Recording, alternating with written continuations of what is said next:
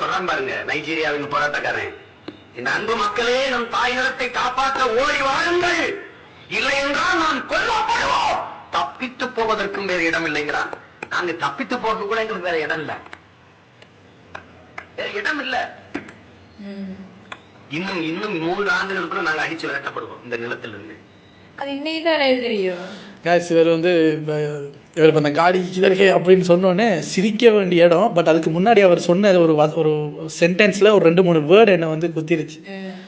சொன்னார்ல, இன்னும் 3 ஆண்டுகளில் நம் அடித்து விரட்டப்படுவோம், போகிறதுக்கு வேறு இடமே இருக்காது, வாங்க போராடுவோம்னு கூப்பிடும்போது அடித்து விரட்டப்படுவோம், போகிறதுக்கு வேறு இடமே இருக்காது. இந்த 2 வேர்டும் ஏன்னு தெரியல கசக்கிருச்சு. வரும்போது போல எல்லாரும் சைலண்டாக இருந்தா. எங்களுக்காவது ஓடி வர்றதுக்கு ராமேஸ்வரம் இருந்தது, நீங்கள் எல்லாம் இருந்தீங்க, ஓடி வந்தோம், பார்த்துக்கிட்டீங்க. அவர் அதை சொல்லி முடிச்சார் பார்த்தீங்களா, போயிட்டான், தமிழன் போயிட்டான், ஒழிஞ்சிட்டான். பயமாக இருக்குங்க அந்த வேர்டை கேட்கும்போது. அவர் சொன்ன அந்த வார்த்தையை மட்டும் எடுத்து யோசிச்சு பாருங்களேன். தமிழ் போயிட்டான், தமிழன் போயிட்டான் அப்படின்னா என்னது?